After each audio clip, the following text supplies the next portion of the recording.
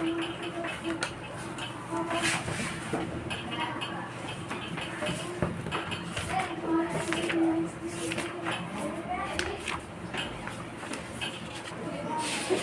Work लिख रहे तो वर्क, इसका थ्योरी में बता दिया हूं, बस जल्दी वर्क लिखो। Work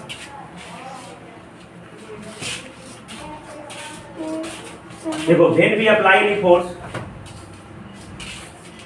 when we apply any force,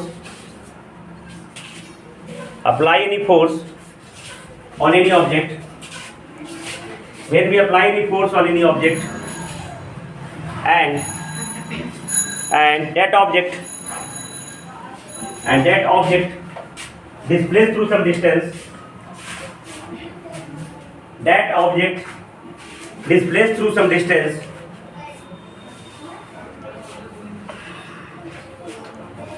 when we apply any force on any object and that object displaced through some distance, then work is said to be done.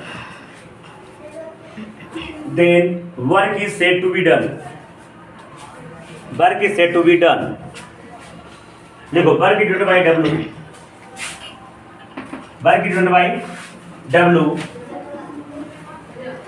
W capital letter दे दो। देखो mathematically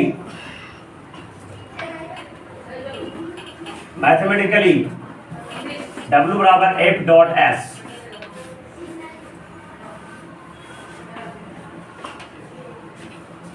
F बीच बिंदु देना F dot S,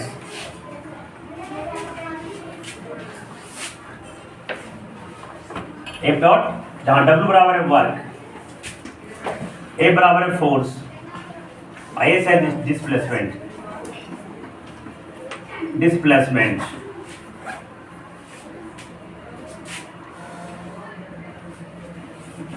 अब ये लिखना sense W बराबर F डॉट S, इसलिए इसका जो फॉर्मूला होगा FS cos थीटा होगा, FS cos थीटा, है ना।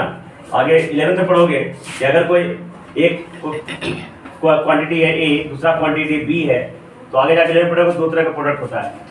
अभी कुछ नहीं समझ में आएगा, जान लो खाली, है ना। दो फिजिकल क्वांटिटी का दो, एक होता है डॉट प्रोडक्ट, है ना, एक होता है डॉट प्रोडक्ट। ये जस्ट 11th में जाओगे इसकी जानकारी होगी। डॉट प्रोडक्ट और दूसरा होता है क्रॉस प्रोडक्ट, है ना, क्रॉस प्रोडक्ट। देखो संस्कृति 11th में तुरंत जाओगे काम, तुरंत जस्ट मूविंग 5 मिनट में काम, है ना। एक होता है डॉट प्रोडक्ट, दूसरा होता है क्रॉस प्रोडक्ट। तो जब A डॉट B रहेगा, इसका जो मैग्नीट्यूड होगा AB cos थीटा होगा। क्या हो जाएगा? A डॉट B का जो मैग्नीट्यूड होगा AB cos थीटा, जहाँ थीटा क्या है A और B के बीच का एंगल, है ना। अब cos क्या है? ट्रिगोनोमेट्रिकल रेशियो है। क्या है? Trigonometrical ratio. वही अगर A क्रॉस B रहेगा, इसका मैग्नीट्यूड निकालना होगा तो ये भी sin थीटा होगा। ठीक है, तो खैर ये खाली अभी जान लो, 11th में जाओगे जिससे ही पढ़ोगे वो तुमको डिटेल रूप में इसका समझाएगा। तो ये F डॉट S है, ये फोर्स है ना, एक वेक्टर क्वांटिटी है, और S डिस्प्लेसमेंट भी एक वेक्टर क्वांटिटी है। दो वेक्टर क्वांटिटी का एक डॉट प्रोडक्ट है, इसलिए इसका मैग्नीट्यूड क्या होगा? FS cos theta. ठीक है, और दो वेक्टर क्वांटिटी का डॉट प्रोडक्ट हमेशा स्केलर होता है। क्या होता है?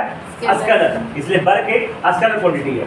माने वर्क कैसा क्वांटिटी है? स्केलर क्वांटिटी है। प्रेशर देखो, फोर्स क्या है? वेक्टर क्वांटिटी है। डिस्प्लेसमेंट क्या है? वेक्टर क्वांटिटी है। मैं पहले चैप्टर पढ़ा चुके हैं, जिसमें स्पेसिफाइड डायरेक्शन हो वो वेक्टर क्वांटिटी होगा, और जिसमें स्पेसिफाइड डायरेक्शन ना हो वो एक स्केलर क्वांटिटी होगा। ठीक है, तो इलेक्ट्रिक करंट में कोई स्पेसिफाइड डायरेक्शन नहीं होता है, वो स्केलर क्वांटिटी है। प्रेशर को हम लोग पहले जानते थे, हम लोग जब को पढ़ाया गया था वेक्टर क्वांटिटी, प्रेशर क्या पढ़ाया गया था? लेकिन नहीं, आज उसको स्केलर क्वांटिटी बोला जाता है। प्रेशर कैसा क्वांटिटी है? स्केलर। मैं कुछ दिन पहले बताया थे प्रेशर क्या बोला जाता है? लेकिन हम पहले जो पढ़ते थे जानते थे प्रेशर एक वेक्टर क्वांटिटी है। लेकिन अभी कोई तुमसे पूछेगा प्रेशर कैसा क्वांटिटी है? स्केलर। Scalar quantity. स्केलर मतलब जिसमें स्केलर क्वांटिटी में दो चीज होती है। कितना होती है? दो चीज होती है। ठीक है, पहला मैग्नीट्यूड, मैग्नीट्यूड मतलब न्यूमेरिकल वैल्यू, मैग्नीट्यूड मतलब न्यूमेरिकल वैल्यू, दूसरा यूनिट। ये दो चीजें होगी, माने Q बराबर NU के फॉर्म का होगा, जहाँ Q फिजिकल क्वांटिटी हो गया, ये पहले चैप्टर में पढ़ा चुके हैं, N न्यूमेरिकल वैल्यू हो गया और U तुम्हारा यूनिट हो गया।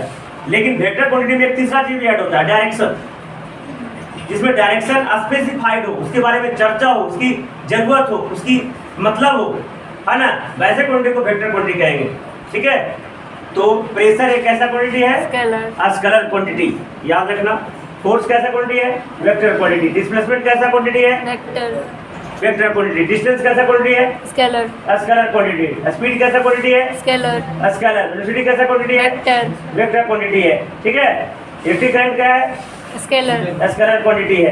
तो स्केलर क्वांटिटी का डिफिनेशन पहले हम लिखा चुके हैं, the quantity which has only magnitude no direction, NO no, तो is known as scalar quantity, and the physical quantity which have both magnitude and direction as well as units, इन्होंने vector quantity. ये work कैसा quantity है, scalar quantity है। ये क्यों है, कहीं दो वेक्टर क्वांटिटी का डॉट प्रोडक्ट है ना, इसमें मतलब डायरेक्शन की जरूरत नहीं होती है, लेकिन कोई जरूरी स्पेसिफाइड नहीं कि फलाना डायरेक्शन में ये काम होगा, ये ऐसा कोई चर्चा नहीं होती है। ठीक है, तो ये भी ब्रैकेट में लिख लेगा।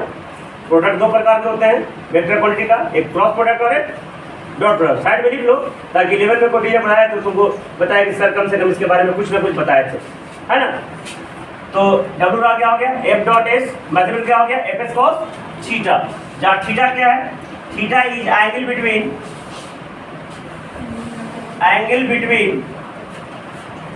Between force and displacement, between force and displacement. अब लिखेगा अगला टॉपिक लिखेगा a sign of work, a sign of work. देखो पहले बताए थे वर्क बराबर क्या हो गया, F डॉट S। अभी तुम लोगों को 9th क्लास में जो पढ़ने का होगा जनरली थीटा 0 डिग्री का होगा। जैसे मान लीजिए ये ऑब्जेक्ट है ना, मान लीजिए ऑब्जेक्ट है, इसमें हम देखो हम बल लगाएंगे, देखो बल लगा रहे हैं तो ये नीचे से डिस्प्लेस तो नहीं हुआ, लोकोमोशन नहीं हुआ, लेकिन मूवमेंट हो गया। मैंने जो पढ़ा होगा लोकोमोशन है मूवमेंट, लोकोमोशन मैंने पूरा शरीर उठ के अलग चल जाए, जैसे लोकोमोशन नहीं था, सेले में लोकोमोशन। अच्छा ठीक है, ध्यान देना, ये कैसे हुआ, इसको कहते हैं मूवमेंट, क्या कहेंगे। लेकिन ऐसा ताकत है कुल्ले उठा के जब चला जाए तो हो जाएगा लोकोमोशन। तो खैर मैं इसमें ताकत लगाया और ये डिस्प्लेस किया, क्या किया, क्या बता रहे थे, एग्जाम्पल थीटा 0 डिग्री होता है 9 में। हाँ, तो मैं थीटा वाला मैंने क्या किया कि ये भी जितना भी चर्चा होगा 9 में, ज़्यादातर मोस्टली कुछ स्पेशली तुम्हारे घर पे आ जाएंगे, कहानी को नहीं बता देंगे, आज कुछ स्पेशल अलग अलग किताब बना लोगे, हाँ रखा हुआ है, एक्स्ट्रा किताब रहता है ऊपर निकाल के बनाओगे तो भले चर्चा उसकी आ जाए कि एंगल पे थीटा होगा, लेकिन जल्दी हम 0 डिग्री पे इस्तेमाल करेंगे। मैंने ये है सीधे 0 डिग्री पे हम बल लगाएंगे। तो cos 0 का मान होता है 1, cos 0 का मान होता है 1, इसलिए 1 गुना S गुना 1 करेंगे, क्या फर्क पड़ेगा, कुछ नहीं फर्क पड़ेगा। एक ऐसा चीज है कि गुना करोगे तो वो सेम टू सेम रह जाएगा, इसलिए डायरेक्टली WFS भी 9 तक रहोगे तो याद करोगे तो काम चल जाएगी, लेकिन 9 तक ही काम चलेगी, है ना, क्योंकि इसमें एंगल की चर्चा ज़्यादातर नहीं होगी।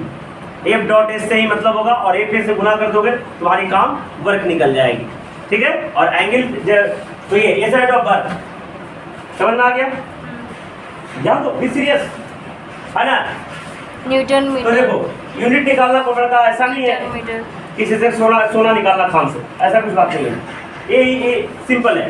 इसमें दो कुंडी का गुना है, फोर्स और डिस्प्लेसमेंट। तो फोर्स का ऐसे हम याद करेंगे न्यूटन। अगर फोर्स का भी नहीं याद है if you not remember the formula of force, unit of force, then we remember the formula of force, that A बराबर एम है ना।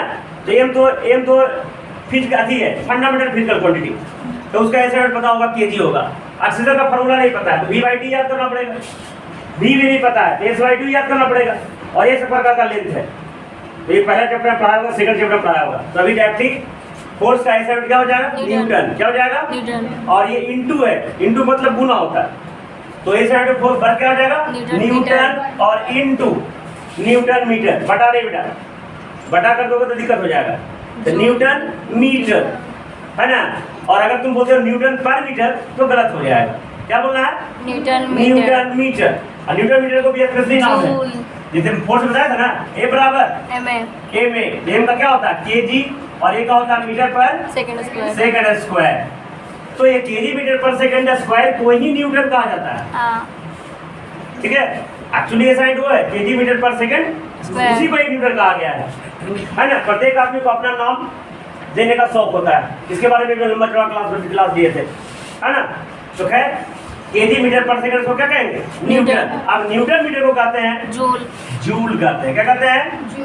पेसेंट ऑफ बर्थ बराबर क्या हो गया? Newton metre. अब नीचे स्टार मार करके, newton metre is also called joule. क्या हो गया? जूल, है ना। यानी 1 जूल बराबर 1 न्यूटन मीटर। अब other unit of work, other unit of work, देखो अर्ग होता है बेटा, तुमको बताया था 1 न्यूटन, न्यूटन है यहाँ पे ना। तो ये ऐसा यूनिट है न्यूटन, और सीजीएस यूनिट होता है डाइन होता है। तो न्यूटन का जगह क्या हो जाएगा? Dyne centimetre. और मीटर का जगह क्या हो जाएगा? सेंटीमीटर। तो डाइन सेंटीमीटर अगला यूनिट ऑफ वर्क हो गया। इसे एक अलग नाम है अर्ग। क्या नाम है इसको? यानी ERG अर्ग, ठीक है। तो सीजीएस यूनिट ऑफ वर्क क्या हो जाएगा? Dyne centimetre. डाइन सेंटीमीटर, उसको क्या बोलेंगे शॉर्ट फॉर्म में? अर्ग बोलेंगे, ठीक है। नीचे स्टार मार के लिख लो, 1 न्यूटन बराबर 10 टू पावर 1 जूल बराबर 10 टू पावर 7 अर्ग। अगर जूल को हमको अर्ग में चेंज करना हो, अगर ऐसा यूनिट से अगर सीजीएस यूनिट में चेंज करना हो, तो 1 जूल बराबर 10 टू पावर 7 अर्ग हो जाएगा, ठीक है। लिख लिया। अब देखो जल्दी, define 1 joule. Define 1 joule. 1 joule किसे कहेंगे? देखो इसको डिफाइन करने के लिए बेटा याद रखना, 1 बराबर 1 गुना 1, याद रहेगा। 1 में 1 से गुना करेंगे क्या हो जाएगा? देखिए, तो देखो इसको हम फॉर्मूला बैठा दें, 1 बराबर 1 इंटू 1 कर सकते हैं। अरे 1 बराबर 1 इंटू, तो 1 यहाँ पे क्या है? वर्क है। 1 क्या है? फोर्स। तो न्यूटन होगा वो। और 1 ई क्या है? डिस्प्लेसमेंट। तो अगर किसी ऑब्जेक्ट पर 1 न्यूटन का फोर्स लगा है, कितना फोर्स लगा है? 1 न्यूटन का फोर्स लगा है, और वो वस्तु 1 मीटर ही डिस्प्लेस करे, तब जो काम होगा उस काम को 1 जूल कहेंगे। देखा, डिफाइन 1 जूल। Define 1 joule. देखो, when we apply any force, when we apply 1 newton force, when we apply 1 newton force on any object, 1 newton force on any object, and then that object displaced through one displacement of 1 meter. When we apply 1 newton force on any object, and then that object displaced through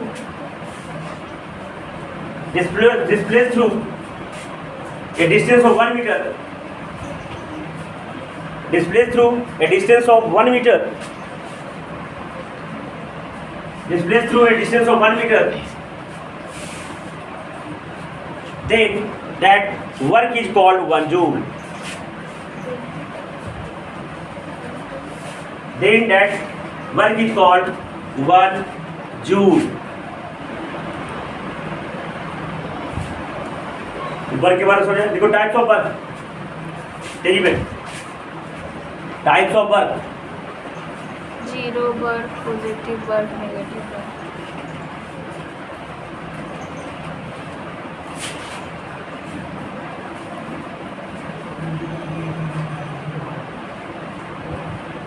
अच्छा, तुमसे कोई पूछ देगा जब work किन किन बातों पे डिपेंड करता है, तो बोलेंगे 2 बातों पे डिपेंड करता है। कितने फैक्टर से इस पर वर्क डिपेंड करेगा? कितने बातों पे? 2। ऐसे मेरे हिसाब से 3 हो जाएगा, मेरे हिसाब से 3 हो जाएगा, लेकिन 2 भी लिखो चलेगा। पहला फोर्स पर, जितना ज़्यादा फोर्स लगाओगे, work is directly proportional to force.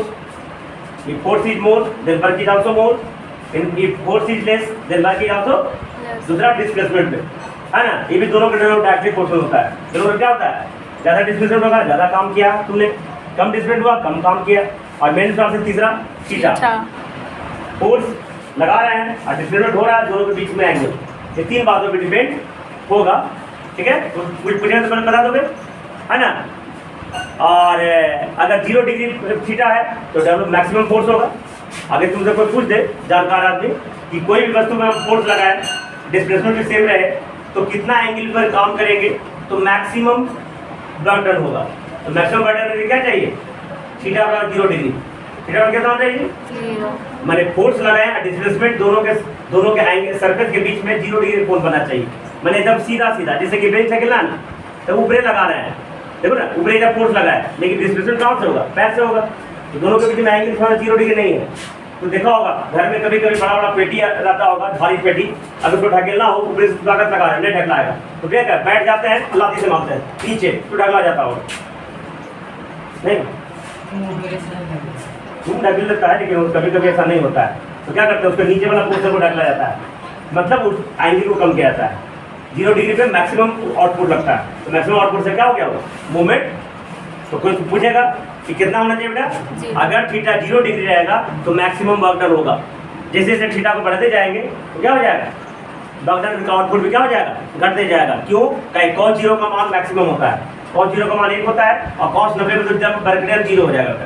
cos 90 का मान 0 तो वर्क डन कितना ताकत लगे रहो, कोई काम कोई फायदा नहीं। और 90 से 180 के बीच में और तो निगेटिव वर्क डन हो जाएगा। ठीक है, तो वर्क डन पॉजिटिव का होगा जब थीटा 0 से 90 के बीच में आएगा। 90 से 180 अगर थीटा आ गया तो वर्क डन क्या हो जाएगा, निगेटिव हो जाएगा। तो दिक्कत, तो लिखो जल्दी, types of work done. There are 3 types of work, there are 3 types of work. पहला पॉजिटिव वर्क, दूसरा नेगेटिव वर्क, और तीसरा 0 वर्क। पहला पॉजिटिव वर्क, दूसरा नेगेटिव वर्क और 0 वर्क। अब इसकी चर्चा हम कल करेंगे। पहले से पढ़ के आओगे, कोई क्वेश्चन रहेगा तो उसमें पूछना है, समझना है, तो तुम्हारे लिए बेनिफिट रहेगा। जो भी टॉपिक पढ़ाई हो रही है उसको घर से पढ़ के आना है।